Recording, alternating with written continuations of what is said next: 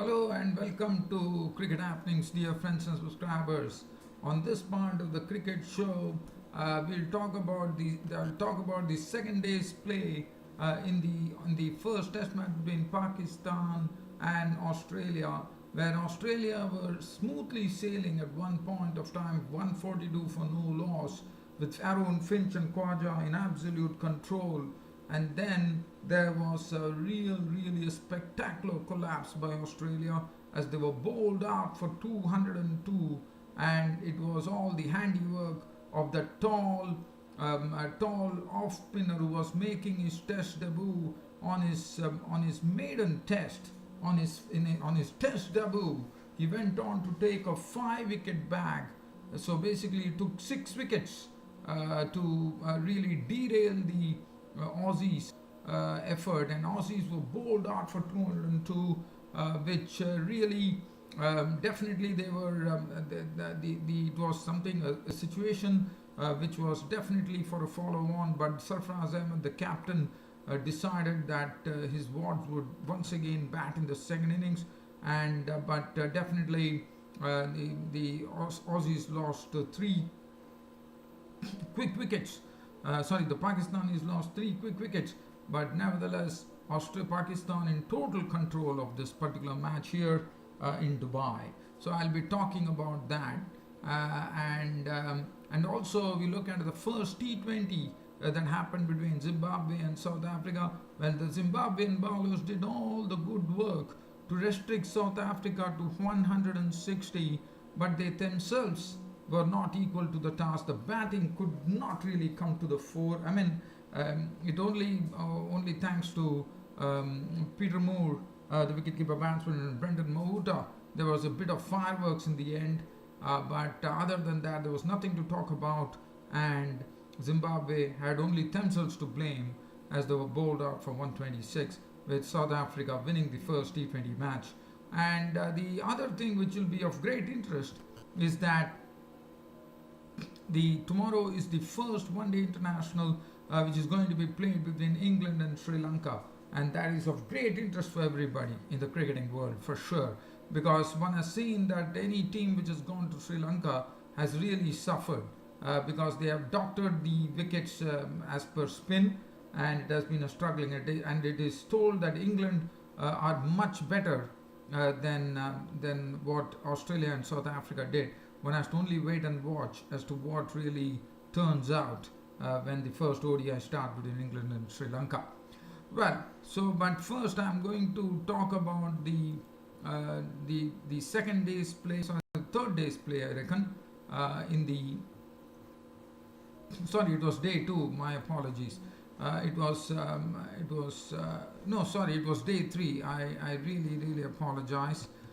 So it was day three here in Dubai in the first Test match, as Australian openers Usman Khwaja and Aaron Finch, started the innings on the third day, and definitely they were doing a good job. They were keeping the bowlers at bay, and the spinners were also kept at bay, with Usman Khwaja playing some reverse sweep shots, and also Aaron Finch, who was making his Test debut, was also a bit steady as well, not attempting anything rash, which was good to see, as Aaron Finch was trying to adapt himself to the longer version here very well. And Usman Khwaja and Aaron Finch definitely gave a firm reply to Pakistan, as both the openers put on 142 runs for the first wicket, which was extremely good to see. And one thought that Australia is going to get a good score, they're going to give a good reply. And as things were going on, the problems really started happening. At lunch, they were very well placed, and the both that was a happy openers, Khwaja and Finch, left for lunch. But after lunch, Pakistan, it all started with Mohammad Abbas opening up the gate for Bilal Asif, as Mohammad Abbas actually picked up the wicket Mohammad Abbas actually picked up the wicket of Arun Finch by getting him caught by Asad Shafiq for 62 with 5 fours and 1 6. And after that, it was a Bilal Asif show. Bilal Asif got into the act and he started getting wickets at a very, very regular pace.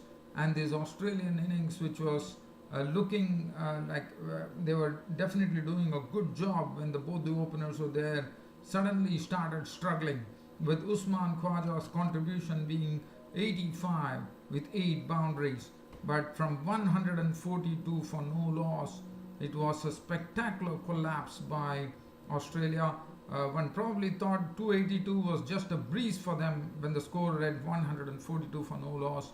But Bilal Asif, the tall right arm off spinner, had other ideas, and on his test debut he went on to pick up a 5-wicket bag and totally ended up with 6 wickets. He picked up the wicket of Usman Khwaja for 85. Then he had, looking at the dismissals of him, in fact Usman Khwaja was trying to sweep him, and the bounce got big on him, and that was the end of Usman Khwaja.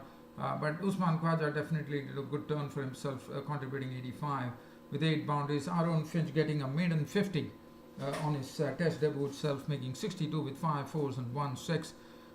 Sean Marsh was a victim of the bowling of Bilal Asif for 7. It was a full-blooded drive. He nicked it to the slip region. He was gone. Mitchell Marsh was LBW bowled Mohammad Abbas for 12 with 1 boundary as Mitchell Marsh went on to the back foot and he was trapped in plumb. And Bilal Asif kept on doing what he was supposed to do, and he was the nemesis for Australia today, as Marnus Labuschagne Travis Head and Marnus Labuschagne, both the debutants, were out for blobs respectively. Travis Head was edged. He hit the ball it was a tossed up off break from Bilal Asif, and Travis had tried to drive it and he was gone, caught at second slip by Harry Sohail for naught. And Marcus Labuschagne, who prodded forward, prodded for a delivery, he got an inside edge. Imam at short leg had taken the catch, and that was the end of Marnus Labuschagne. And as I said, 2 debutants, Head and Labuschagne, going into the dust, collecting blobs. After that, Bilal Asif went on to dismiss the captain Tim Paine for 7 with 1 boundary, and after that it was just a sort of a real clean-up job which was done. Mohammad Abbas came in and started hitting the tail-enders hard as he picked up Mitchell Starks for naught, and Peter Siddle was clean bowled by Mohammad Abbas for 10. And Nathan Lyon, who was trying to sweep a lot, attempted 1 too many, and Bilal Asif was the one who took his wicket. John Holland remained not out or not, and this Australian innings, which was under real control when openers Finch and Khwaja were at the crease, suddenly went totally pear-shaped, and for a matter of just 60 runs, they lost all their wickets. And this was a spectacular collapse by Australia. And Bilal Asif take a bow. I mean, in his first ever test match, on his test debut, 21.3 overs, 7 maidens, 36 runs and 6 wickets for Bilal Asif. Azhar Ali none for 3, Mohammad Hafiz was none for 2, but Yasir Shah, if you can see that, Yasir Shah was wicketless. 28 overs, 6 maidens, none for 80. Wahab Riaz 11 overs, 2 maidens, none for 39. And Mohammad Abbas did a very good turn for himself. He is a very improved bowler, Mohammad Abbas. 19 overs, 9 maidens, 29 runs, and he picked up 4 wickets. So 202 all out. And so basically Australia had to get 282 to avoid the follow on. With 202, one was expecting Sarfraz Ahmed to enforce the follow on, but Sarfraz Ahmed decided that his team will once again bat. So basically, if you look at it, it was a 280 runs lead, which came for which was the result for Pakistan.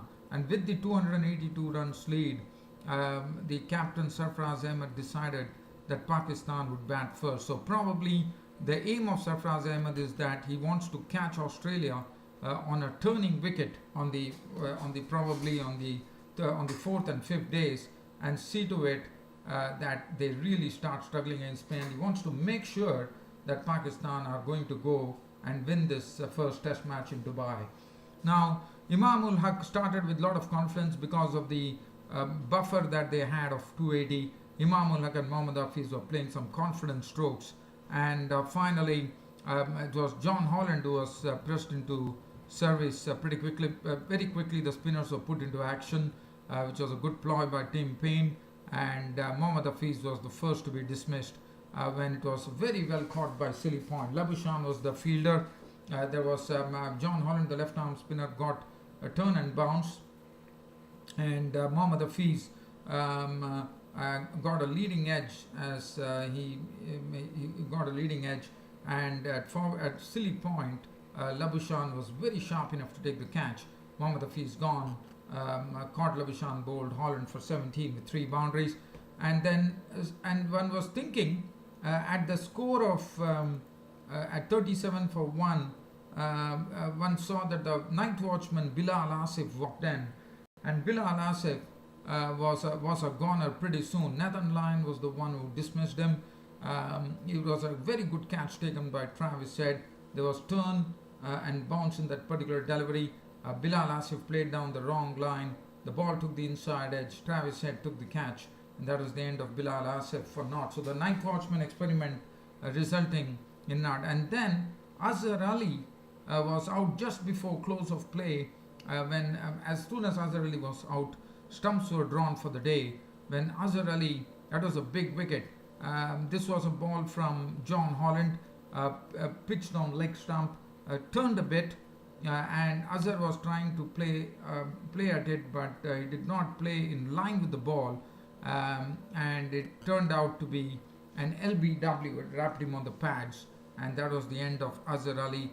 LBW bowled Holland for 4, and now only the man who was standing there in front, weathering everything, was Imam ul Haq, who was not out on 23 with 2 boundaries. Will resume on the morrow, and Asad Shafiq will be the one who will be joining tomorrow morning.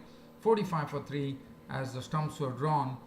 Thus Pakistan leading on the third day by 325 runs, and Australia would definitely require a superlative effort in the second innings if at all they have to go and either they stop Pakistan from winning this match. Mitchell Stark was none for 9. Nathan Lyon 8 overs 1 minute run for 23. John Holland 3.2 overs 1 minute 9 runs and 2 wickets, bowled very well, I thought. 2 overs 1 minute none for 3. Well, that's the match situation as far as Pakistan and Australia are concerned. So Pakistan definitely taking the honours. Bilal Asif was the man to thank for on his debut test. He took 6 wickets, and that's a tremendous performance from the tall right-arm off spinner Bilal Asif. Now we'll talk about the first T20 between Zimbabwe and South Africa. As I said, the Zimbabwean bowlers did a wonderful job of restricting the South Africans to 160. Let's have a look at the card there. Looking at the card, South Africa actually won that match by 34 runs. South Africa batted first, and if you look at the card there, Quinton de Kock was out for 5, 7 balls, 1-4. Cloete was actually making his debut. He was out pretty cheaply as well. He was out for just 2 runs to the bowling of Jarvis of 3 balls, and then du Plessis hammered 34 of 20 balls, which included 5 fours and 2 sixes before the leggy Mawuta had him out on a pull shot. He was gone. Du Plessis was gone for 34. Van der Dussen, as I said yesterday, I told him watch out for this bloke Van der Dussen, and Van der Dussen on his ODI debut did a wonderful job today, and he was the one who was holding the innings for South Africa. What a knock from Van der Dussen. In fact, on his first test match, on his ODI, on his T20 debut, he went on to make 56 of 44 deliveries, which included 5 fours and 1 6, and predominantly his strokes, he was very strong on the on-side. He played a lot of strokes through the mid-wicket region. David Miller contributed 39 of 34, 1 4 and 2 sixes. Van der Dussen 56 of 44, 5 fours and 1 sixes. And then Jonker was out for a Felikuaya, not out 4. 160 for 6. Tremendous bowling from the Zimbabwean bowlers. Jarvis 4 overs, no maiden, 3 for 37. Pofu was absolutely on the money. 4 overs, no maiden, 2 for 24. He bowled a throttling line. Chisoro 3 overs, none for 37 was costly. Mahuta was the pick of the bowlers. What a splendid bowling from Brian Mahuta, the leggy. 4 overs, no maiden, 1 for 19. He literally throttled the South African batting. Sean Williams 4 overs, none for 28. Chibaba 1 over, none for 11. Now 160. What Zimbabwean bowlers did was a wonderful job. They had restricted the South Africans to 160, and the onus was on Zimbabwe to score 161 from 20 overs. Not a big deal.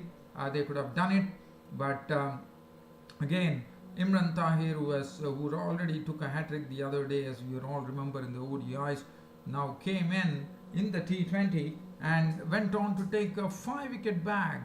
He took 4 overs, no maiden, 23 runs and 5 wickets. He was the chief wrecker as far as Zimbabwe was concerned.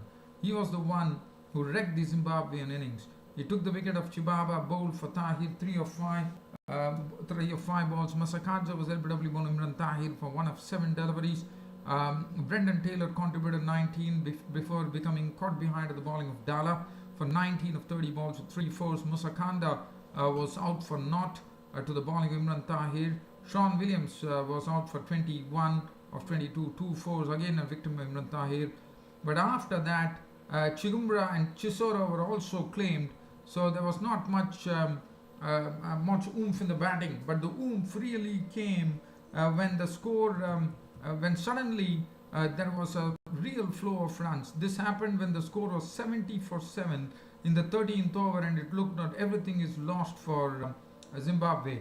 And that was the time Mahuta and Peter Moore, the wicketkeeper, started giving hope, as Peter Moore and Mahuta, in a space of 13 deliveries, they hammered 44 runs, with Peter Moore being very severe on Tabraiz Shamsi by sweeping him and slogging him for sixes, plenty, 4 sixes in all. And the other way, that Brian Mahuta, the leg spinning all-rounder, was showing his batting skills here, as he actually went out to the other bowler and hit him for sixes. And he also flicked Dala into the crowd for a wonderful 6.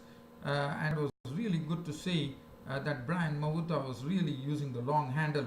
And suddenly there was hope for Zimbabwe when Mahuta and Peter Moore were doing a good job, and 44 runs had come in a space of just 13 deliveries, which was definitely putting a bit of fright in the South African camp, with the score reading 123.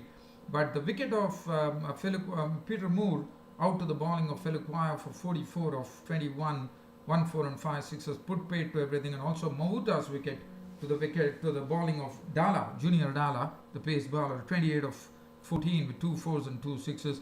And after that, it was all over. Once Peter Moore and Mahuta were gone, it was all over for Zimbabwe. They were bowled up for 126. Jarvis duck. Pofu was not out on not. 126 all out. And the South Africans winning the first T20 by 34 runs. So Zimbabwean batting not really coming to the fore when it was definitely needed. As far as the bowling was concerned, Lungi Gidi bowled 3 overs, 1 for 7. Imran Tahir 4 overs, no maiden, 23 runs and 5 wickets. He seemed to really enjoy the Zimbabwean batting here, I would say. Imran Tahir. Junior Dala 3 overs, 2 for 25. Felukwaya 3.2 overs, no maiden, 2 for 25. And Shamsi was taken to the cleaners, especially by Peter Moore, who hit him for 4 sixes. 4 overs, no maiden, none for 43. And the man of the match going to Imran Tahir for his 5 wickets. Now, I just have only enough time to talk about one of the best matches which is coming up on the international cricket calendar is tomorrow, when the first ODI kicks off between England and Sri Lanka. England on the tour of Sri Lanka, playing the first international fixture, first one-day international, and one is really looking forward to it because, as I said, Australia and South Africa have really struggled on the Sri Lankan pitches, because Sri Lankans have doctored the pitches to their spinners. Now, it will be interesting. So if one has to really say something about it. I could talk only in a brief manner because of shortage of time here. And it will be interesting to see. Dinesh Chandimal is the one who will be captaining. It will be expecting to see Dinesh Chandimal has been probably given a license to play his natural game, which is his aggressive vein in which he plays, which he has curbed it after becoming the captain. And one would be hoping that he plays aggressively. And I think the battle will be between the England batsmen and the Sri Lankan spinners. To me, I have very clearly said, as far as I said, Australia and South Africa have already bitten the dust in Sri Lanka. England, one is hoping that they are a much better outfit and they are much better equipped to deal with the Sri Lankan spinners on Sri Lankan pitches. So, just talking about the England team here, they definitely have a good batting lineup, which is very strong. Jason Roy, Bairstow, Root, Morgan, Stokes, Butler, Moeen Ali, Chris Wokes, Adil Rashid, Tom Curran, and Mark Wood. So very good, team composition. But it all boils down to brass tacks, one could say, because only when they start playing the spinners. Now let's have a look at the Sri Lankan batting tomorrow. Sri Lankan team as to how many spinners they have. Akila Dhananjaya. Then they have Lakshan Sandakan. Akila Dhananjaya is a wonderful bowler. They have Lakshan Sandakan. It'll be interesting to see. Lasit Malinga is also part of the group after doing extremely well. He has also got a chance. So Lasit Malinga will be interesting to see how Lasit Malinga goes. And I think we should be having a very good ODI series. And as I said, one is definitely waiting to watch as to how England fare against Sri Lanka on Sri Lankan pitches, especially considering the fact that Australia and South Africa have already bitten the dust on Sri Lankan pitches against the Sri Lankan spinners. So let's wait and watch as to what really pans out in Dambulla in the first ODI between England and Sri Lanka. Well, dear fans and subscribers, that's about time for me to wind up this cricket show